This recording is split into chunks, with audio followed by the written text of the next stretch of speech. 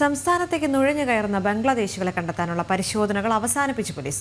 Ernakulam rural മേഖലകളിൽ നിന്ന് നിരവധി ബംഗ്ലാദേശികൾ പിടിയിലായെങ്കിലും തുടർ പരിശോധനകൾ നിലച്ചിരിക്കുകയാണ്. നിയമ നടപടികൾ പൂർത്തിയാക്കിയ ശേഷമായിരിക്കും നുഴഞ്ഞുകയറ്റക്കാരെ നാടുകടത്തുക. നിലവിൽ പിടിയിലായവർക്ക് ഭീകരവാദ ക്രിമിനൽ പശ്ചാത്തലങ്ങളില്ല എന്നാണ് കണ്ടെത്തൽ. രേഷ്മ ബാബു ചേരുന്നുണ്ട് വിവരങ്ങളുമായി. രേഷ്മ, എന്ത് മാനദണ്ഡത്തിലാണ് ഇപ്പോൾ ഈ നടപടിക്രമങ്ങൾ നിർത്തിവെച്ചിരിക്കുന്നത്? കാരണം ബംഗ്ലാദേശി നുഴഞ്ഞുകയറ്റക്കാർ ഇപ്പോഴും കേരളത്തിലേക്ക് എത്തുന്നുണ്ടെന്നുള്ള കാര്യത്തിൽ സംശയമില്ലല്ലോ.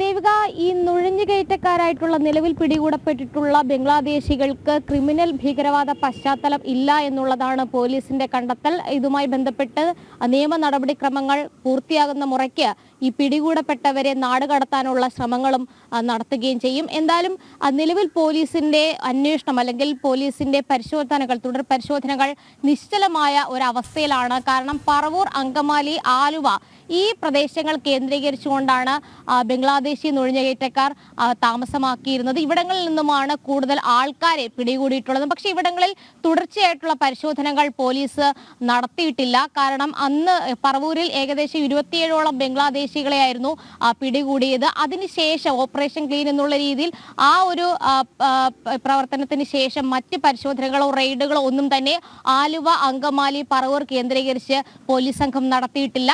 നിലവിൽ ഈ ക്രിമിനൽ പശ്ചാത്തലം അല്ലെങ്കിൽ ഭീകരവാദ പശ്ചാത്തലം ഇല്ല എന്നുള്ളതിന്റെ അടിസ്ഥാനത്തിൽ ഈ പിടികൂടപ്പെട്ടവരെ നാടുകടത്താനുള്ള നീക്കങ്ങളിലേക്കാണ് പോലീസ് കടക്കുന്നത്.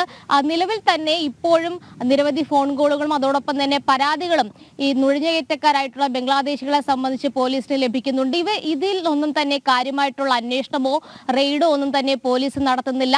ഈ പോലീസിന്റെ പരിശോധന നേരത്തെ മുൻകൂട്ടി അറിഞ്ഞുകൊണ്ട് പലരും ഒളിവിൽ പോയ ഒരു സാഹചര്യമുണ്ട്. ഇവരൊക്കെ തന്നെ തിരിച്ച് അവരുടെ കേന്ദ്രങ്ങളിൽ എത്തുകയും ചെയ്യുന്നുണ്ട്. ഇവരെ പിടികൂടാനായിട്ടുള്ള നടപടികളാണ് ഇനി പോലീസിന്റെ ഭാഗത്തുനിന്ന് ഉണ്ടാകേണ്ടത്. നമുക്കറിയാം, പറവൂർ, അങ്കമാലി, ആലുവ ഈ പ്രദേശങ്ങളിലാണ് ഏറ്റവും കൂടുതൽ അന്യസംസ്ഥാന തൊഴിലാളികൾ ഉള്ളത്.